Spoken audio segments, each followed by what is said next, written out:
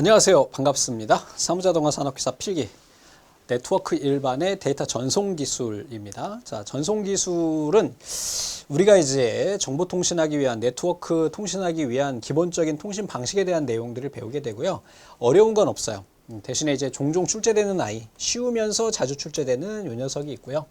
이 부분에 대해서도 어렵지 않은데 간혹 출제됩니다. 앞에 있는 3개 포인트보다는 뒤에 실제 본격적으로 출제되는 아이들을 보게 된다, 이렇게 보시면 될 것 같습니다.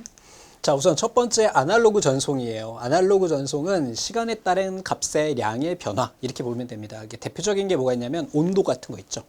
온도, 습도 이런 건 시간에 따라서 변하잖아요. 그래서 양적인 어떤 값의 변화를 우리가 아날로그 신호라고 이야기합니다. 음성도 마찬가지가 되겠죠. 우리가 이제 음성 같은 경우도 이게 파형이 아 하면은 이렇게 움직이는 걸 알고 계시겠죠? 이런 것을 우리가 이야기한다.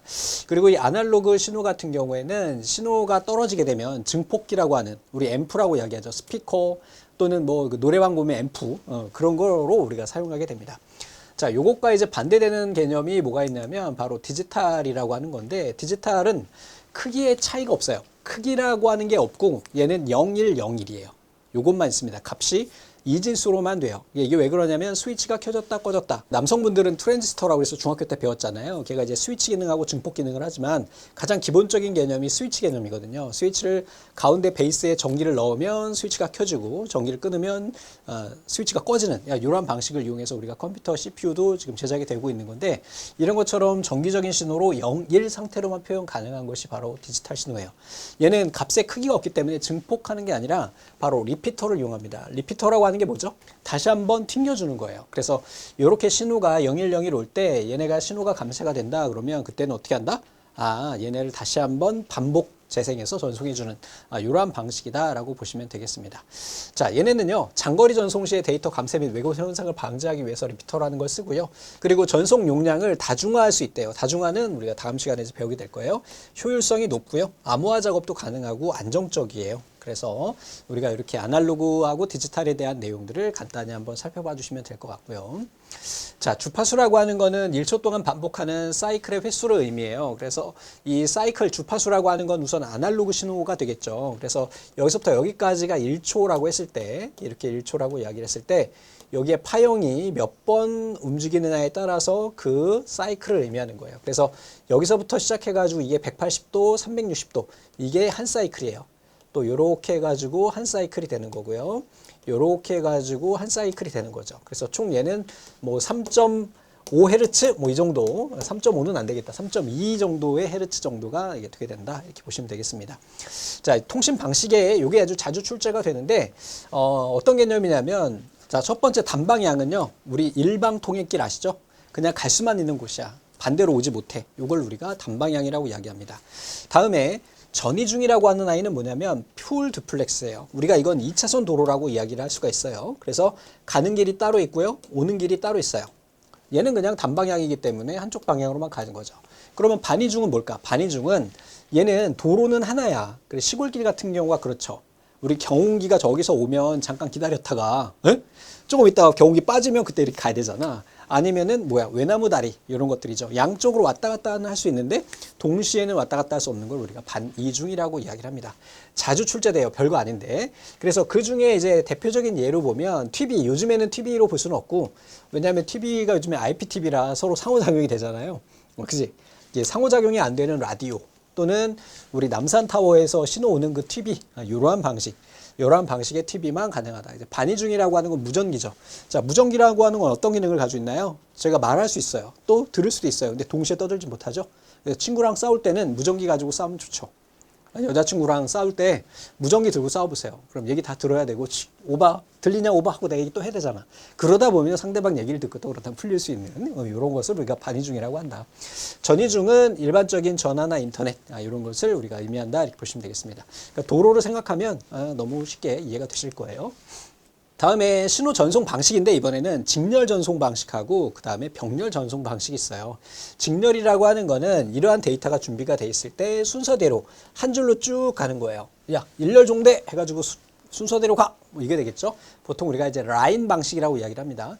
자, 하나의 전송 선로를 통해서 순서적으로 전송되는 방식을 의미해요.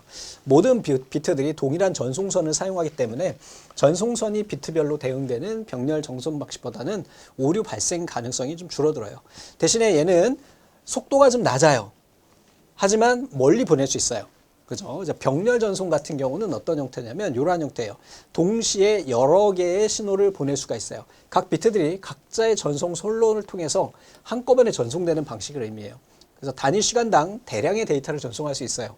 대신에 전송 거리가 길어지면 이 선이 많아야 되잖아요. 그래서 비용이 많이 들기 때문에 요걸 사용하지 않는다. 그래서 우리가 이제 다중화기라고 하는 걸 이용을 해서 멀리 전송할 때는 얘네 선을 몇 가닥만 이용을 해서 여러 개 신호를 전환해서 보내는 그런 방식을 쓰게 됩니다. 전송 속도는 직렬 전송에 비해서 얘가 회선이 많으니까 전송 속도가 당연히 그만큼 빠르겠죠. 자, 컴퓨터 사이의 CPU와 주변 장치 사이의 전송에 많이 사용됩니다. 그러면 직렬 전송은요, 우리가 일반 통신에 쓰는 거고요. 얘네는 이 회선 비용이 많이 들기 때문에 어떻게 한다? 바로 컴퓨터 내부 같은 짧은 거리에서만 우리가 사용한다. 이렇게 보시면 되겠습니다. 자, 이번에는요, 비동기식하고 동기식 전송이에요. 자, 동기라고 하는 건 시간적인 개념을 싱크를 맞추는 겁니다. 저는 요거를 이해할 때 어떻게 생각했냐면 톱니바퀴 같은 거예요. 동기식은 내가 일을 보내면 얘가 일을 받는 거예요. 그죠? 그래서 톱니바퀴가 이렇게 돌아가는 또는 체인이 묻혀서 들어가는 것을 우리가 동기식이라고 이야기하고요. 비동기식은 그런 게 아니야. 서로 시간적인 관념이 없이 그냥 전송하는 걸 의미합니다. 자, 바이트와 바이트를 구분하기 위해 문자 앞뒤에 각각 스타트 비트와 스톱 비트를 넣어요. 그래서 야, 나 시작이야 이런 거죠. 야, 너 받을 준비 됐니? 나 보낼게 이게 아니라 야, 나 여기서부터 시작이니까 네가 알아서 분석해 이런 의미입니다. 그리고 여기서 끝나는 부분이야. 그리고 실제 데이터가 들어가게 돼요. 그래서 비동기식 같은 경우에는 스타트 비트하고 스톱 비트를 갖게 돼요. 스타트, 야, 나 시작이야? 그러니까 이게 하나의 패킷이라고 볼 수 있는 거예요. 데이터를 전송하는 하나 단위인데 앞에 스타트 비트가 있고 뒤에 스톱 비트가 있어요. 여기서부터 문장이야? 라고 그냥 보내주는 거죠. 동기, 즉 싱크가 서로 상대방이 전송과 수신이 맞지 않기 때문에 저속도에 사용됩니다. 이걸 핵심적으로 기억하시면 돼요. 비트열이 전송되지 않을 때는 휴지 상태가 된다. 쉬는 시간이 된다라는 얘기고요. 송신 측에서 유효 상태 비트를 전송하다가 전송 데이터가 발생하면 시작 비트를 0으로 전송한 다음에 데이터를 전송하는 거예요. 그래서 시작 비트, 야, 0이야, 나 시작이야 이렇게 표현하는 거고요. 얘는 300bps에서 1920bps 이렇게 숫자로 나오기는 조금 애매해요. 이게.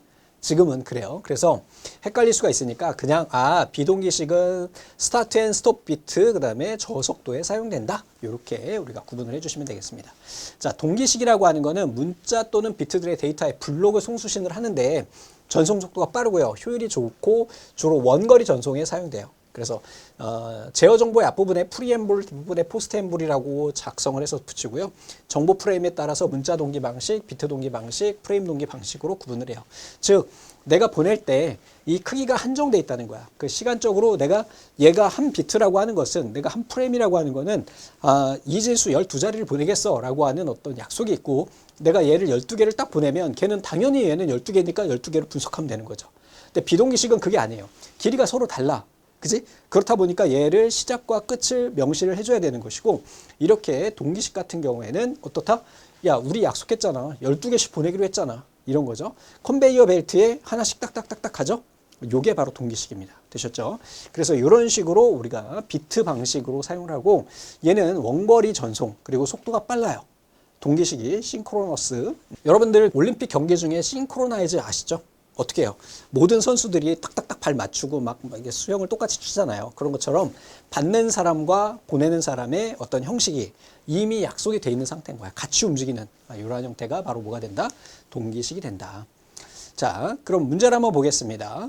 양방향으로 데이터 전송이 가능하나 한순간에는 한쪽 방향으로만 전송이 가능한 것은 그랬어요. 자, 양쪽으로 왔다 갔다 할 수는 있는데 동시에는 안 된대요. 이게 뭐야? 외나무 다리. 그래서 얘는 반이중이 되겠죠. 됐습니까?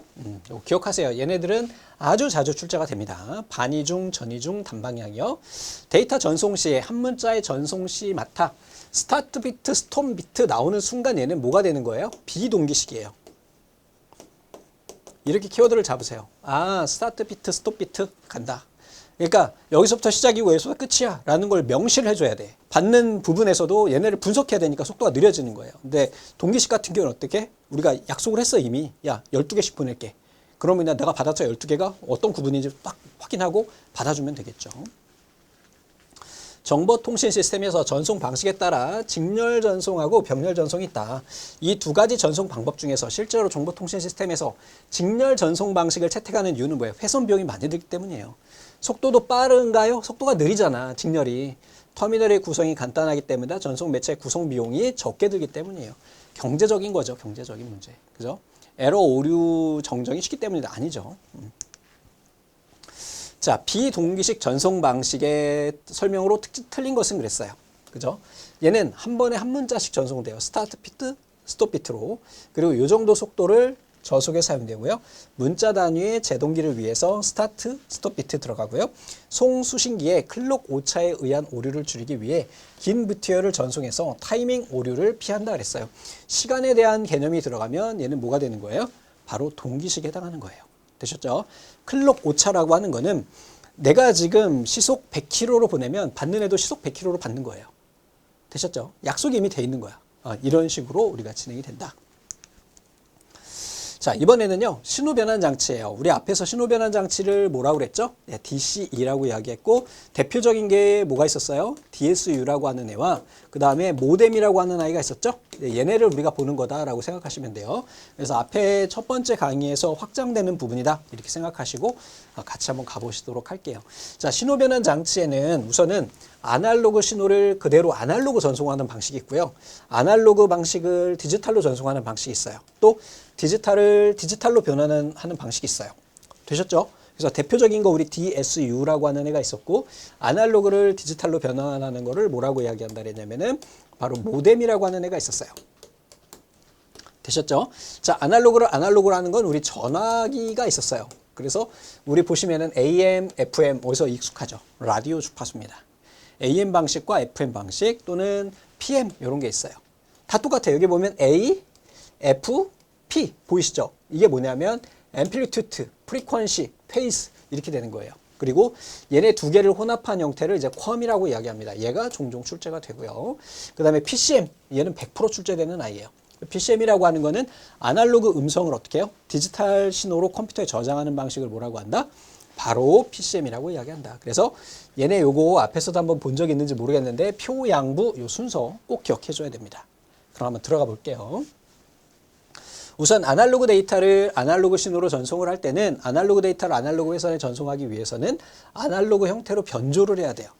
똑같은 아날로그여도 얘네가 무선으로 전송되거나 또는 유선으로 전송되더라도 전송 매체라는 게 다르잖아요. 그지? 공기 중에 있는 이 울림을 뭐 신호로 바꿔줘야 될 거 아니야. 그 방식이 바로 AM, FM, PM이라고 있는 거예요. 자, 앞에서 우리 아날로그 방식이라고 하는 아이가 있었죠? 걔네는 이제 파형이 있는 거야, 이렇게. 파형이. 그지? 그래서 파형이 있는데, 진폭 변조라고 하는 거는 바로 이 폭이에요. 얘네의 폭을 우리가 진폭이라고 이야기합니다. 그래서 진폭의 크기에 따라서 값을 구분을 하는 거죠.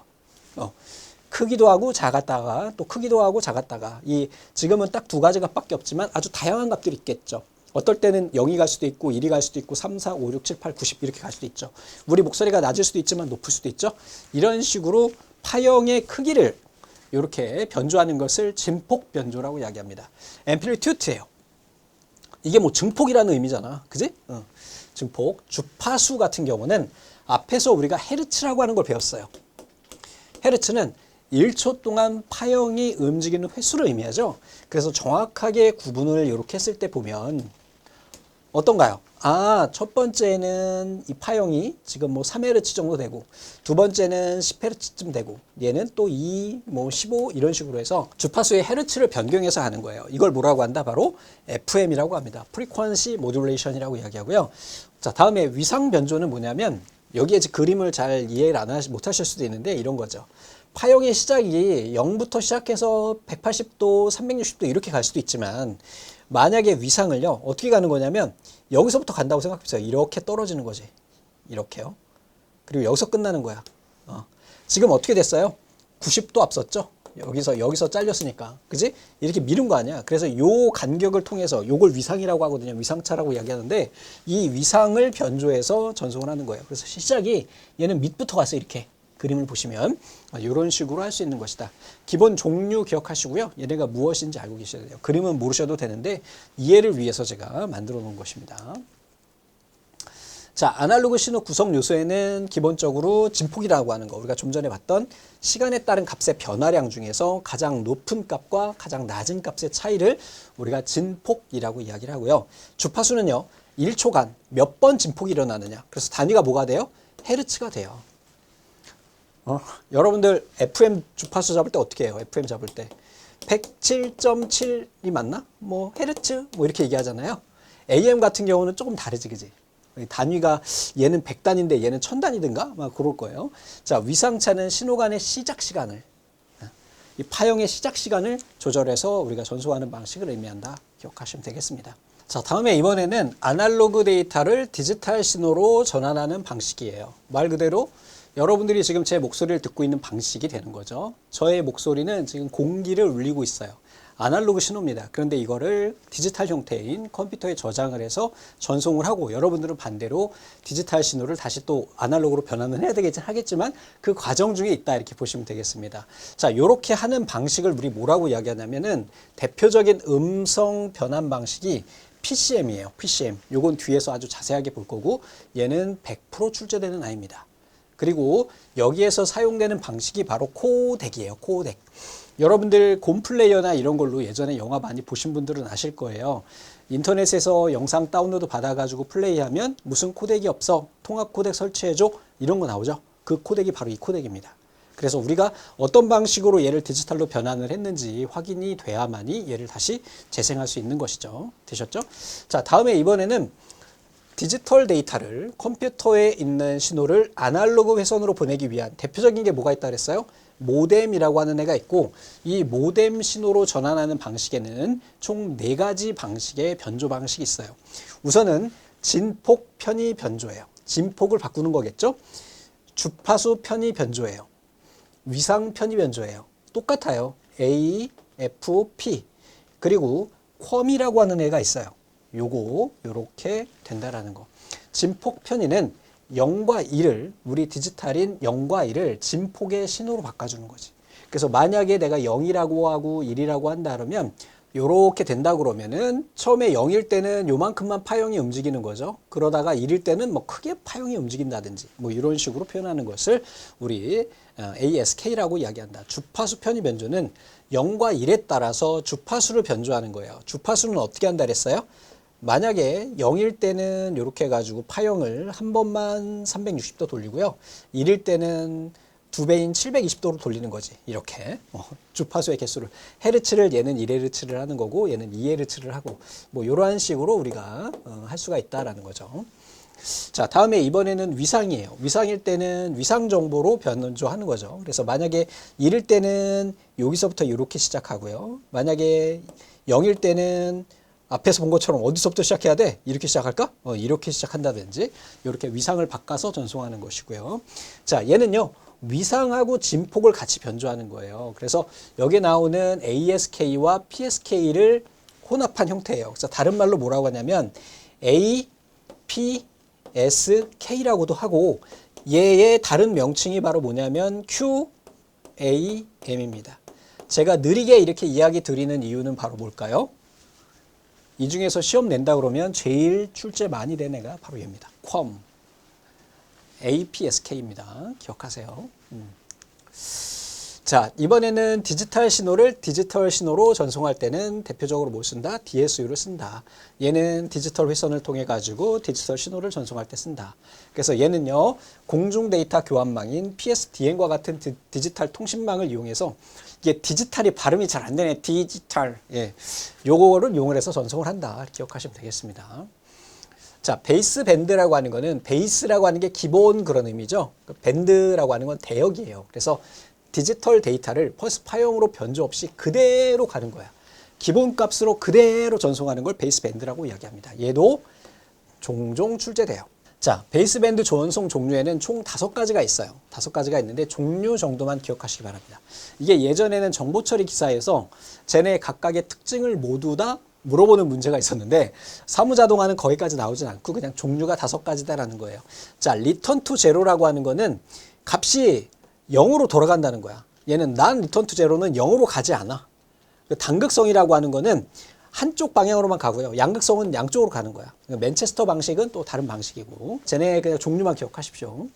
그래서 드디어 우리 펄스 코드 변조라고 하는 PCM을 보게 되는 거고, 얘는 앞에서 말씀드렸듯이 뭐라고 이야기했죠? 네, 바로 아날로그 신호를 디지털로 전송하는, 변조하는 그런 방식이 된다라는 거예요. 자, 요걸 설명드리기 전에 제가 그림을 좀 시간 오래 걸려서 하나 그려놨어요. 우리가 아날로그 신호라고 하는 거는 뭐라 그랬어요? 값의 크기의 변화가 있다고 말씀드렸잖아요. 그러면 얘네를요, 뭐 1초에 5번을 쪼개든 1초에 1번을 쪼개든 이렇게 시간별로 쪼개가지고 각각의 그 값의 위치 값을 찾아요. 요렇게요. 요렇게. 그래서 이게 정확하게 맞진 않지만 얘 같은 경우는 001이고요. 얘는 뭐라고 해야 돼? 010. 요 녀석이고요. 이 녀석은 011이고요. 이 녀석은 111이에요. 이렇게 그 각각 파형의 일정 시간의 값을 뽑아내는 걸 뭐라고 하냐면 바로 표본화라고 이야기합니다. 표본화. 다음에 뭘 하냐면 요 값들이 있었잖아요. 좀 전에. 그죠? 요거는 뭐야? 001이죠? 그러면 얘를 이진수 값으로 바꿔줘요. 이 신호를 분석해서 이진수 값으로 전환을 해줍니다. 지금은 세 자리지만 이 자릿수를 늘리면 늘릴수록 어떻게 될까요? 음질이 좋아지겠죠. 또 제가 요거를 지금 여기까지가 1Hz라고 그랬잖아요. 그러면 얘는 몇 번이야? 5Hz가 되잖아요. 그런데 만약에 얘를 뭐 100Hz 이렇게 표본화를 했다면 훨씬 더 음질이 좋아지겠죠. 대신에 용량은 늘어나게 되겠죠. 얘를 뭐라고 이야기하냐면 바로 양자화라고 이야기합니다. 해당하는 값의 양의 값을 측정하는 거예요. 되셨죠? 지금 보시면 저 까만색으로 돼 있는 게 이게 지금 001이라는 의미예요. 101이라는 의미고 011이라는 의미예요. 이 양자와 양의 값을 하고요. 그 다음에 마지막으로 뭘 하냐면 실제로 얘네를 부호인 이진수로 변환해주는 부호화를 진행해요. 어떤 건지 아시겠죠? 아, 그렇지. 아날로그 신호에서 디지털 신호를 만들려면은 어떤 단계가 필요하다? 제일 먼저 어떻게 한다? 파형의 각각의 내가 원하는 위치의 값들을 표본하는 거예요. 표본, 샘플링하는 거예요. 샘플링하고 그 다음에 그 값을 양의 값으로 전환을 해요. 이렇게 양의 값으로 크기에 따라서 나누는 거지. 그리고 요 녀석들을 어떻게?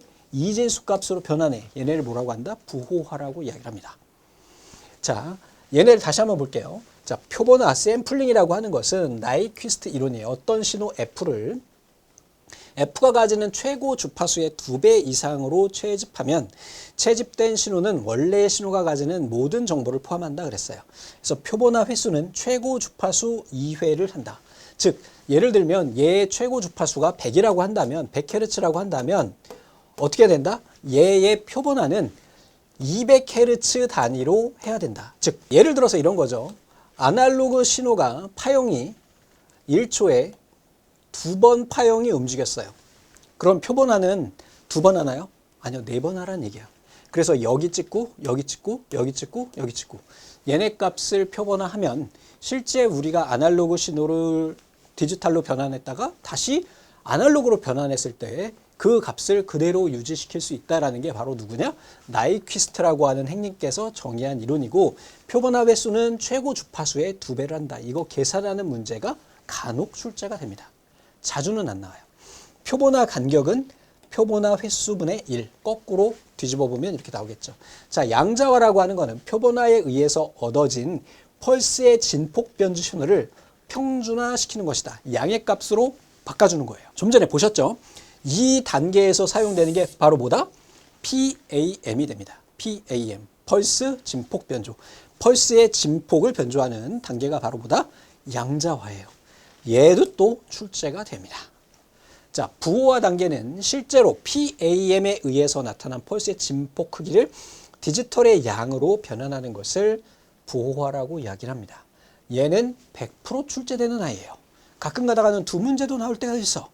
나이퀴스트 따로, PCM 따로. 자, 그러면 이 중에서 여러분들이 지금 이 시간에 기억해야 될 거를 기억하셔야 됩니다. 바로 이 순서예요. 표본화, 제일 먼저 표본화를 해요. 그 다음에 뭐 한다고? 양자화해요. 그 다음에 뭐예요? 부호화해요. 요렇게 기억하십시오. 표양부, 표인봉 이렇게 기억하십시오. 표인봉. 자, 나이퀴스트 이론도 기억하세요. 이렇게 된다라는 거. 자, 코덱이라고 하는 거는 아날로그 형태의 디지털 신호로 변환하기 위하거나 또는 아날로그 신호로 다시 환원하는 방식이고, 펄스 오버 방식을 이용해서 데이터를 변환을 한다. 그래서 펄스 오버 방식의 분류 방식에는 첫 번째 PAM, 좀 전에 보셨죠? 펄스를 앰플리튜드, 진폭을 변환하는 거야. 펄스 진폭을 변화시키고, PWM은요, 펄스의 폭, 뭐예요? 위드, 그지? 펄스의 변조, 펄스 포지션. 이렇게 변조한다. 얘네는 참고로만 기억하십시오. 표인목만 기억하면 돼. 자, 모뎀이라고 하는 거는 디지털 신호를, 컴퓨터의 디지털 신호를 아날로그 신호로 변환한다 그랬죠. 또 반대로 수신 측에서 그 변조된 신호를 복제하려면 원래 디지털 신호로 변환하는 거죠. 결론은 컴퓨터에서 디지털 신호가 어디로 간다? 이게 모뎀이라고 M만 써볼게요. 모뎀으로 가고요. 얘네는 통신 회선이에요. 그리고 마지막에 다시 모뎀이 가고요. 그 다음에 이쪽에서 다시 디지털로 전환을 하는 거죠. 그래서 모듈레이션, 디모듈레이션이에요. 그래서 여러분들이 헷갈리는 게 뭐냐면, 아, 선생님, 디지털 신호를 여기에서 아날로그로 바꿨잖아요? 맞죠? 근데 다시 얘는 아날로그잖아. 아날로그를 다시 디지털로 바꾸는 거는 좀 전에 우리가 PCM 또는 코덱이라고 이야기를 했는데 헷갈려요 라고 생각하시는데, 이 뒤에 있는 건 고민하지 마시고 첫 번째 것만 이렇게 보십시오. 아시겠죠? 자, 모뎀은 변조와 복조 기능을 다 가지고 있고요. 펄스를 전송 신호로 변환하거나 또 데이터의 통신 속도 제어, 자동 응답 기능, 자동 호출 기능 이런 것들을 제공을 한다 그랬어요. 다른 거 다 모르고요. 그냥 디지털 신호를 아날로그로 변환하는 애는 모뎀이다 이렇게 기억하시면 됩니다. 그러니까 아날로그를 디지털로 바꾸는 애는 코덱이다 이렇게 두 개를 대칭해서 기억하시면 돼요. 가끔 출제됩니다. 자, 문제 보겠습니다. PCM 방식에서 음성 신호의 표본화 주파수가 8km. 8km면 어떻게 되는 거죠? 8, 하나, 둘, 셋. 우리 1과목에서 배웠죠. 킬로, 메가, 기가, 테라. 그리고요, 표본화 주기는 그랬는데 이렇게 되겠죠. 최대 주파수를 찾는 게 아니고 표본화 주기 거꾸로예요. 그래서 8000분의 1 이렇게 하시면 얘가 0.000125가 나오게 될 거예요. 그리고 얘네를 지금 답에는 아마 125가 나왔을 겁니다. 이렇게 해서 125 마이크로세크 이렇게 나오게 된다. 보시면 되겠습니다. 자, 다음에 반송파의 진폭과 위성을 동시에 바꾸는 것은 뭐라 그랬어요? 쾅. 이렇게 기억하시면 되겠고요. 자주 출제됩니다. 얘는. 송신 측의 펄스 보호 과정을 순서대로 나열한 것은 그랬어요. 표, 인, 봉. 3번이 되겠네요. 자, 다음. 디지털 데이터를 아날로그 신호로 디지털을 아날로그로 변환하는 과정에서 두 개의 이진값이 서로 다른 두 개의 주파수로 구분되는 변조 방식은 그랬어요. 프리퀀시잖아요. 프리퀀시. 맞습니까? 디지털 전송로에 디지털 신호를 전송하기 위한 신호 변환 장치. 우리 앞에서 봤던 거네, 이거. DSU네요. 되셨죠? 자, 아날로그 데이터를 전송하기 위해서 아날로그 신호를 뭘로요? 예, 디지털로 전환한대요. 이거 뭐야? 네? 그럼 반대로 디지털 신호를 아날로그로 바꿔주는 거 뭐라고요? 구분하십시오, 이거. 가끔 출제됩니다. 그래서 여기까지 해가지고 우리가 살펴봤고요. 다음 시간에 이제 다중화에 대한 내용을 배우게 될 거예요. 그러니까 오늘 여러분들이 기억하셔야 될 거는 우리 희극인이신 표인봉 행님, 저한테 행님이시더라고. 표인봉 행님 기억하시고요. 나이퀴스트 이론, 그죠? 기본 주파수의 최대 2배는 샘플링 해야 된다라는 거, 그거 기억하고 계시면 될 것 같습니다. 또 단방향, 양방향, 반이중 이것도 같이 기억하고 계시면 여러분들 시험 보시는데 오늘 요 내용만 가지고도 세 문제가 출제가 되거든요. 그러니까 꼭 한번 확인을 좀 부탁드립니다. 감사합니다.